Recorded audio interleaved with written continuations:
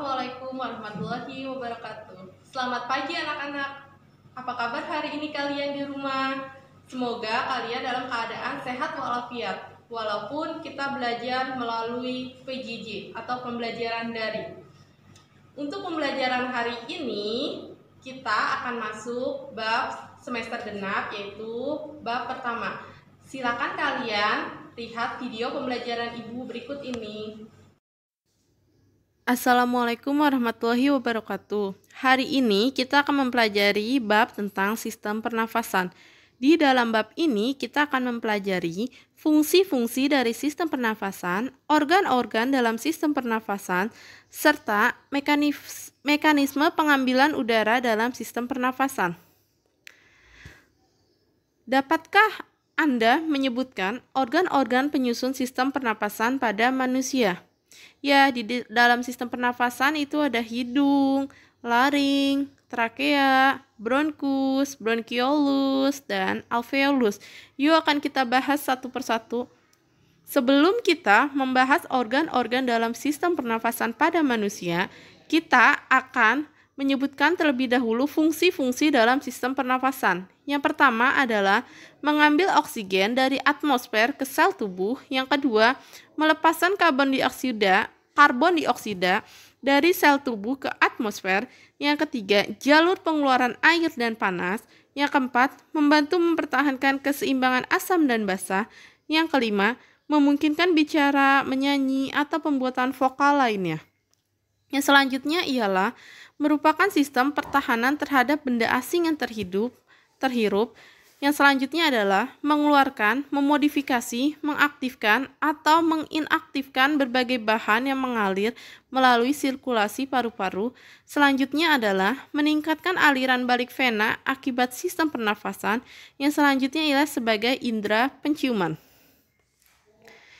Organ-organ atau alat-alat sistem pernafasan yang pertama adalah hidung, berfungsi untuk menyaring partikel. Yang kedua, melembabkan atau menghangatkan udara yang masuk. Yang ketiga, mematikan kuman. Yang keempat, sebagai indera penciuman.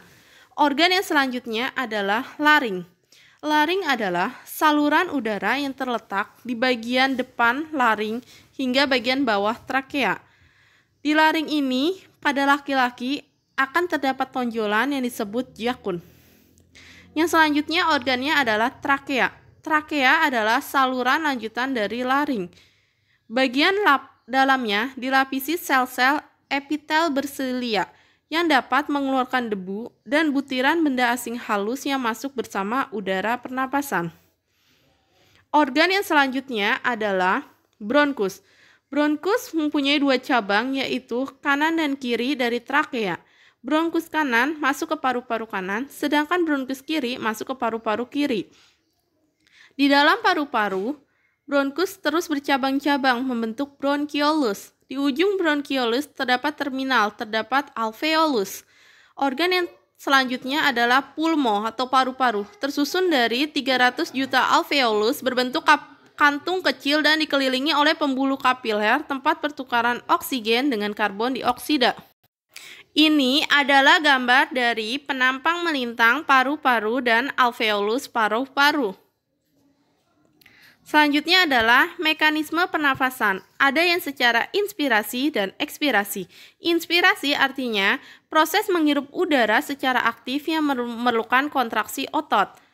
Ada secara pernapasan dada dan pernapasan perut. Kalau pernapasan dada melibatkan tulang rusuk, sedangkan pernapasan perut melibatkan otot-otot diafragma. Silakan kalian membacanya.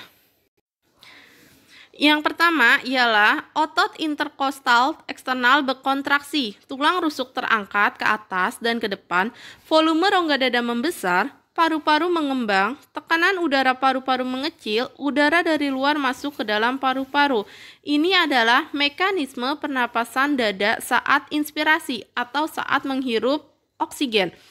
Sedangkan yang bawah adalah pernapasan perut saat inspirasi, yaitu otot diafragma berkontraksi, diafragma yang melengkung menjadi datar, volume rongga dada membesar, paru-paru mengembang, tekanan udara paru-paru mengecil, udara dari luar masuk ke paru-paru. Yang selanjutnya adalah ekspirasi atau proses pengeluaran udara dari dalam paru-paru. Ekspirasi ada yang secara pernapasan dada dan pernapasan perut. Yang pernapasan dada, langkah-langkahnya adalah otot interkostal luar relaksasi, tulang rusuk turun, volume rongga dada menyempit, paru-paru mengecil, tekanan udara paru-paru membesar, udara keluar dari paru-paru. Itu adalah langkah-langkah ekspirasi pernapasan dada. Sedangkan ekspirasi pernapasan perut adalah otot diafragma relaksasi, diafragma yang datar melengkung kembali, volume rongga dada menyempit, paru-paru mengecil, tekanan udara paru-paru membesar, udara keluar dari paru-paru. Yang selanjutnya, ini adalah gambar mekanisme inspirasi dan ekspirasi dalam pernafasan. Selanjutnya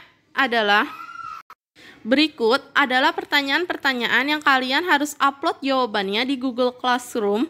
Yang pertama adalah sebutkan fungsi sistem pernafasan. Yang kedua, sebutkan fungsi organ hidung dalam sistem pernafasan. Yang ketiga, sebutkan fungsi alveolus dalam sistem pernafasan.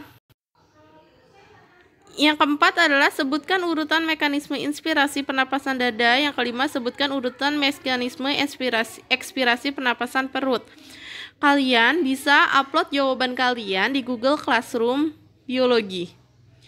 Jika ada sistem pertanyaan, bisa melalui grup di WhatsApp. Terima kasih.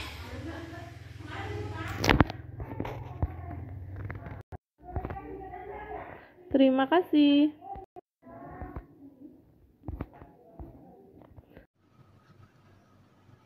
Gimana anak-anak tadi setelah melihat video pembelajaran Ibu? Ibu harap kalian mengerti ya. Dan untuk sistem pertanyaan nanti kita akan bahas di Meet pada saat minggu depan. Dan untuk tugas silakan kalian cek Google Classroom kalian masing-masing. Terima kasih. Wassalamualaikum warahmatullahi wabarakatuh.